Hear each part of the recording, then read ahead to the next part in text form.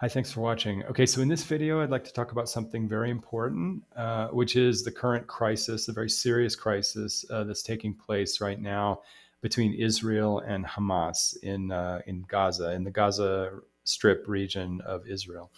And I'd like to talk about this crisis from my perspective as a person who's been diagnosed with cluster B condition.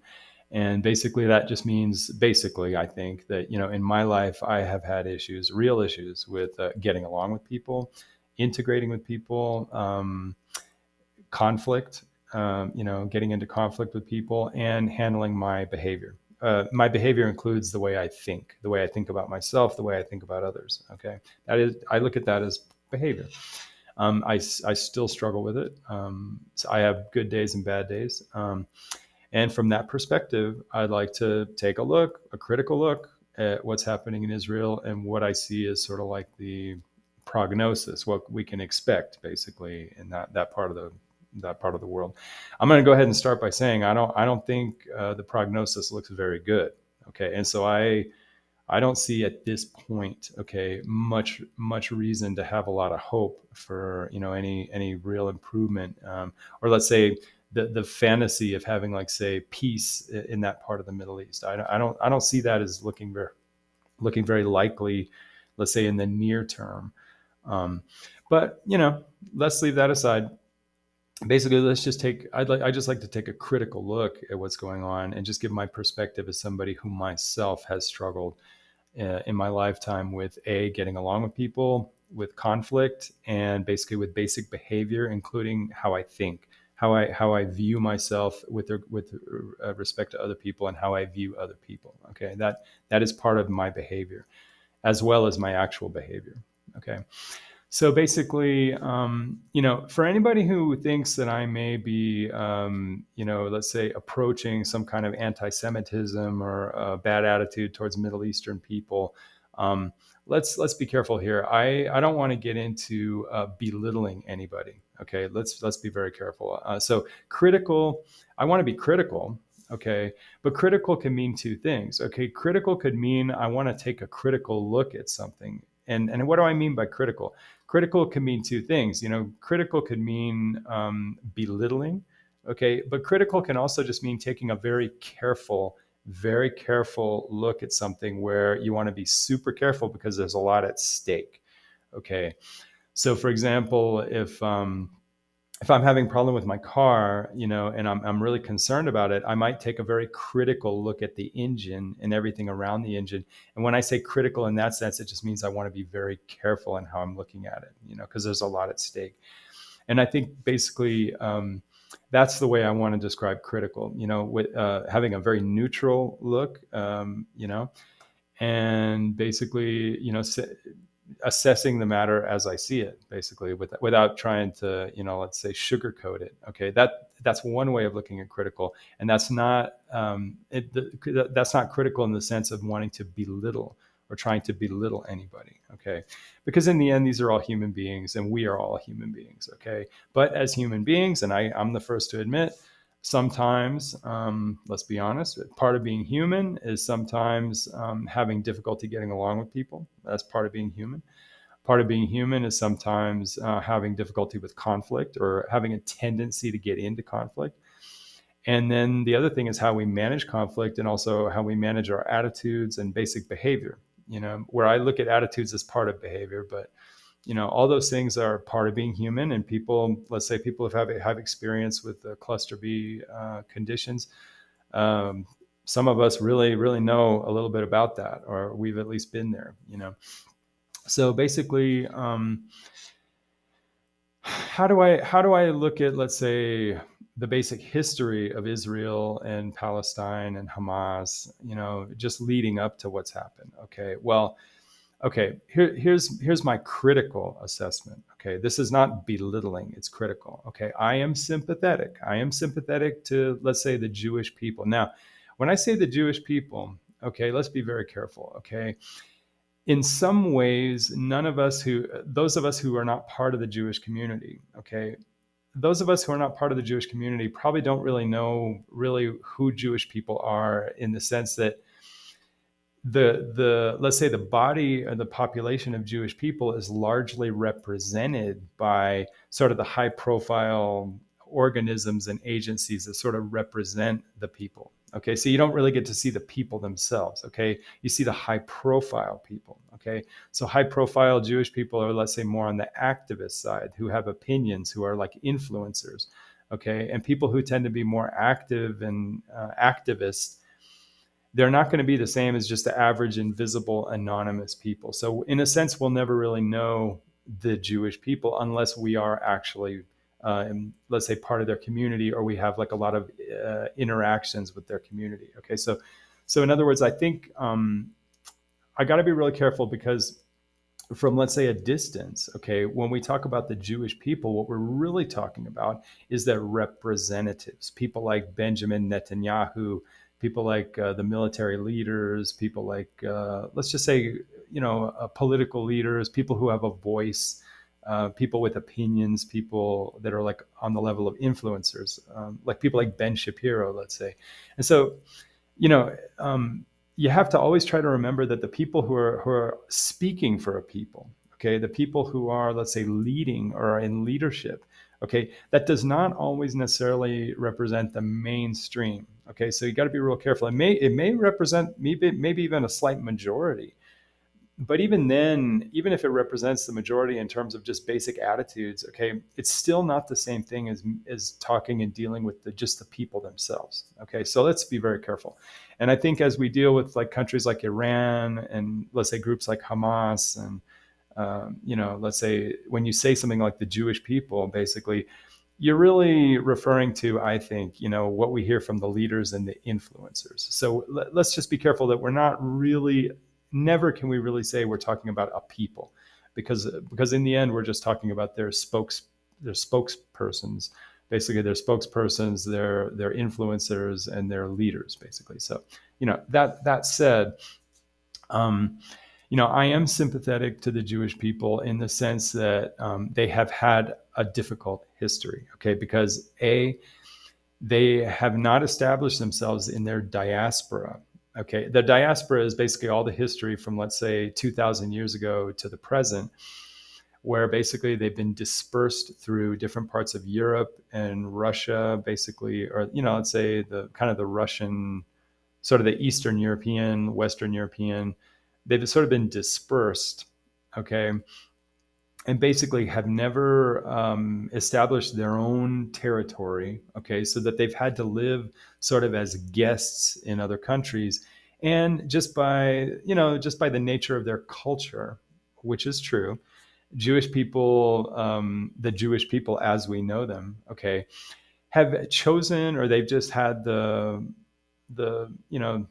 history has unfolded such that they have not ended up assimilating into wherever they've been, and not fully assimilating. And they've assimilated to a point, I mean, because there's always some level of assimilation, but they've always maintained their ethnicity as well as their legal doctrine within their ethnicity, that you can't really be Jewish unless your mother is Jewish. Okay, so to some small extent, their very legal system, and I'm going to say legal because it is their law.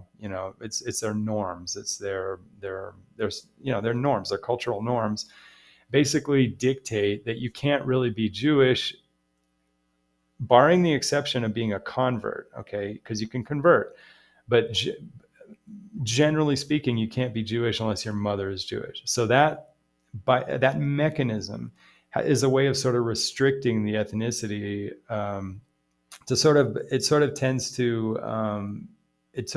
to prevent becoming sort of blended into wherever you happen to be living. Okay, so if you have, like, say, a Jewish colony, or a Jewish let's say a Jewish enclave, let's say living in Lithuania or living in Ukraine, there may be a little bit of assimilation in the sense that technically a Jewish woman could technically marry, let's say, a non-Jewish father, and the Jewish people would recognize the offspring, the children, as being Jewish because the mother is Jewish. Okay, so that could happen, but if we look at the Jewish culture, we can probably appreciate that in most cases that would not really be encouraged. It would be allowed, but probably not encouraged. Okay, so the culture is one that it doesn't have a tendency to assimilate. Okay, that's number one.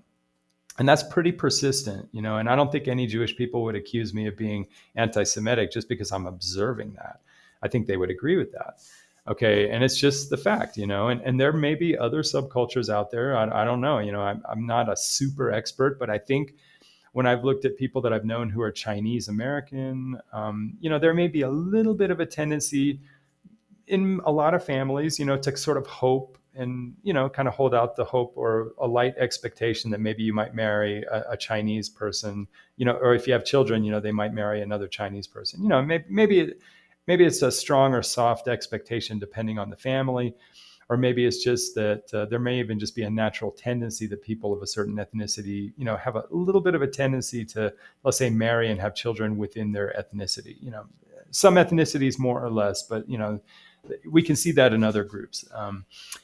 So I think, as far as I can tell, the Jewish people have maintained this kind of sort of within their, let's say, their explicit norms and in their actual unwritten social norms. Because whenever you have a society, you're always going to have the written explicit law, and then you're going to have the implicit unspoken tradition, basically. And I think both in terms of their explicit laws and their unspoken tradition, I think Jewish people have resisted assimilation basically wherever they go. Okay, so wherever they've gone, throughout Europe, and even in the United States, they'll assimilate to a certain extent, and then to a certain extent they sort of maintain their separate cultural identity, and they do it pretty effectively.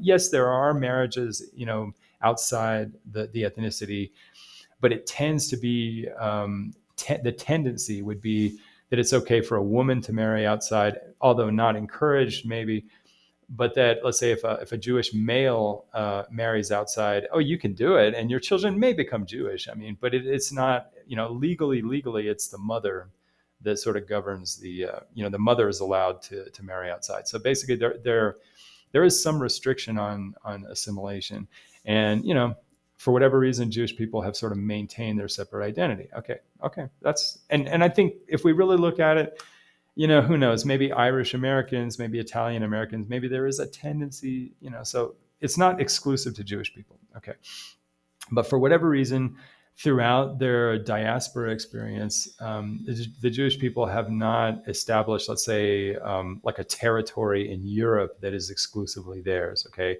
and that may be similar to what we've seen with what we call the Romani people. I guess, like, we call them the Gypsies. Basically, in Eastern Europe and throughout parts of Europe, they also don't appear to have their own territory. They sort of go and live wherever they, in different countries, but they don't have their own specific territory.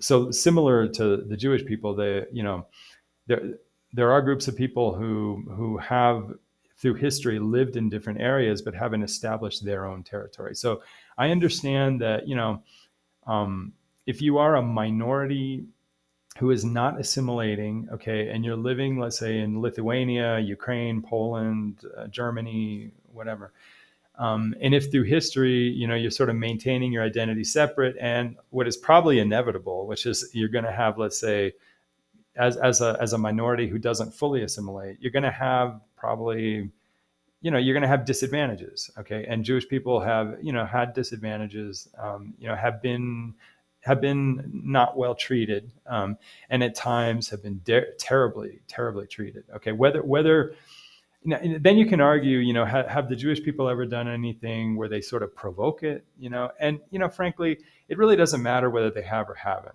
Okay, because if you're a minority and you don't fully assimilate, there is going to be some level of disagreement.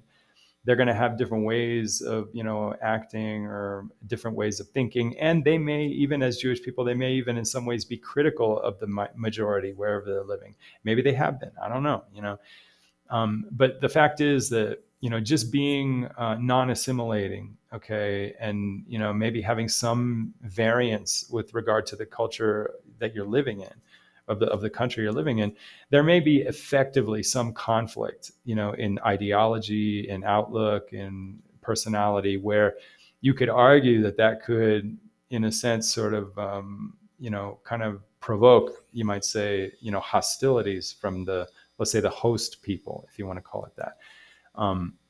I'm not saying it's justified, because I don't think violence is justified, but, inevitably in history, there could be, some pretty bad consequences, could be very dangerous. And of course, as we can see in the history of Nazi Germany, basically the Jewish people became scapegoated, basically, as I guess they were criticized as just having inherently kind of sort of a hostility towards the Western world, and basically, subconsciously, it was thought that they were basically trying to dismantle some of the basic essential structures of the Western world, um, since they weren't assimilating. All right, and now that can be very dangerous, because you get a country like Germany.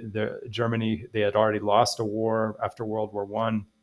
They were very vulnerable economically. They were having to pay off a big settlement with France from World War One, and basically they were just at a very big economic disadvantage and suffering, the German people, And so at some point they were at a point where it was, let's say, maybe easier for them to start looking for a scapegoat, and the Jewish people were just in a very bad place and ended up suffering. Let's just say, an unspeakable atrocity. All right. So there's every reason to be sympathetic. All right. And even before the Holocaust, well before the Holocaust, the Jewish people already had developed a fantasy, a vision of their own homeland. Okay. And that sort of crystallized into what we now know as Zionism. Okay. And basically, Zionism is just the idea that the Jewish people should have their territory and a state, and it should be a country. Okay. And what can I say? I mean, we are all entitled to have our ideas, and I think any group that fantasizes dreams of having their own country, I mean, you can think whatever you want, And I think on some level, maybe ethnicity should have a place, And I don't think we should. I don't think there's any reason for a people not to want to have a place, You could say, like, say the American Indians, the Native Americans in the United States or in South America, very often you'll hear, they'll be saying, we ought to have some territorial sovereignty. So, like, say the Native Americans in the U.S. have their reservations. And you can argue whether that's an adequate or maybe not an adequate, but at least it reflects the interest that groups of people have to have their own sovereignty in their own territory. So, that's fine. All right. But then, okay, so fine. So, anybody can want to have a territory. Anybody can try to have a territory. And you can even do politics and maybe get other countries to help you, So the Jewish people, they were successful. They organized and politicked with the UK. The United Kingdom had some control over, let's say, the Palestinian region and other regions in the Middle East at the time. And so in the early 20th century, the Jewish people were successful eventually in getting Great Britain to basically, allow them to have, some sovereignty and some territorial, have some territory basically in Palestine. All right. And so, yeah, I mean, there's no limit. A group has no limit as to how they can politic, how they can negotiate, and how they can try to put into effect their vision of trying to have a territory and trying to have some autonomy within a territory, having some, let's say, natural sovereignty. Okay, fine. All right. And you can do whatever you want. I mean, so people can do what they want. Okay, but that doesn't mean that where you're going, you're necessarily going to be getting along with your neighbors. It doesn't mean that you're necessarily going to fit in wherever you go. Okay, so basically, that to me is a very cluster B kind of. I can understand that as a person with cluster B, because I may have a lot of interest in life. I may want to have a certain job. I may want to go certain places. I may want to do certain things in life, and I'm technically free to do whatever I want. But there's that third additional factor. That additional factor is wherever I go, and I can do whatever I want, but am I also thinking about how am I impacting other people that are where I happen to want to go? Okay. So, you can do what you want. You can try to establish a country wherever you want, but the next consideration is how well are you prepared, or how much priority do you place on fitting in and getting along in the area where you're going to be? Okay. Now, because Jewish people have had a tradition and have sort of a tradition, and it's sort of unspoken and spoken in their culture, of not really putting maybe the highest emphasis on assimilation. Okay. Well, very close to assimilation is just getting along with people. Okay. It's not the same thing. I understand assimilation doesn't necessarily mean getting along, and getting along doesn't necessarily mean assimilation. I get that. So, in other words, it's not to say that the Jewish people had to maybe try to like literally blend in with Middle Easterners or Arabs or whatever. But not far from assimilation is the question of getting along with people. Okay. And so I'm just suggesting that maybe because Jewish people have had a history of just not even really not putting a lot of emphasis on anything even around assimilation. They're just not really oriented towards assimilation, to the full extent. I would say that probably suggests that it's probably just not subconsciously, let's say for Jewish people, it's probably not the highest priority for them as they're dealing with their own self-interest. Okay. It's probably not the highest priority for them to also put like very high on their list of priorities fitting in and getting along. Okay. Which is not the same as assimilation, but it's close. Okay. So basically, I think Jewish people, they were very intent on getting their territory and having their territory, but I don't know that they put, or it was in their nature, basically, given the history. Okay.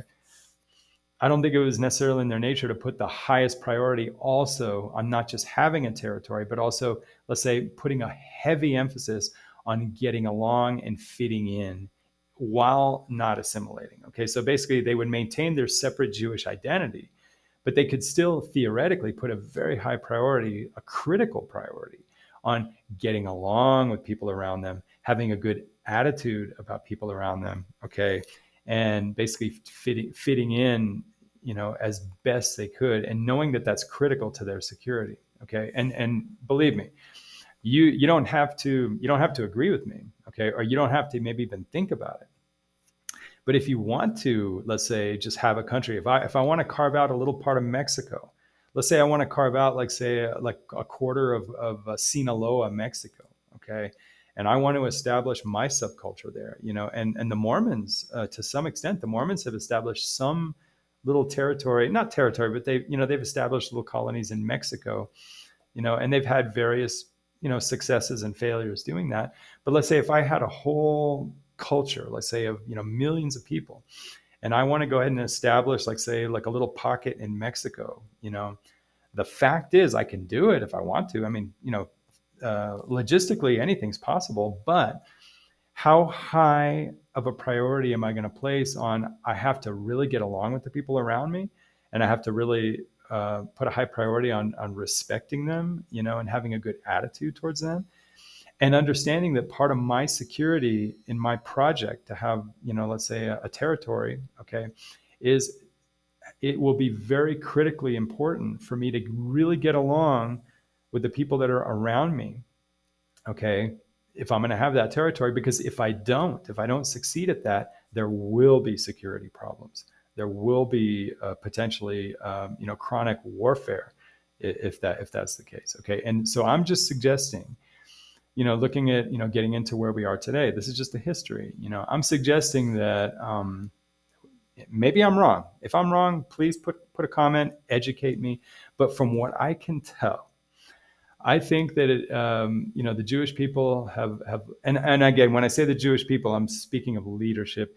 When you talk about just anonymous, regular, Jewish people that you never get to, I mean, there may be lots of Jewish people who themselves put a very high priority on getting along, okay, and who themselves put a very high priority on fitting in, okay. But I'm saying the people as they've been represented in their leadership, okay, I think they put a very high priority on establishing territory. They put a very high priority on having a homeland, okay, and having a territorial sovereignty, having a nation. But I don't know that they have put over the decades and over the days and the weeks and the months and the years, I don't know that they put a super high priority and had respect for the fact that if they really want to have not just a nation, but also a nation that is secure and safe and basically has harmony, in the world, and doesn't have the problems of being, let's say, attacked.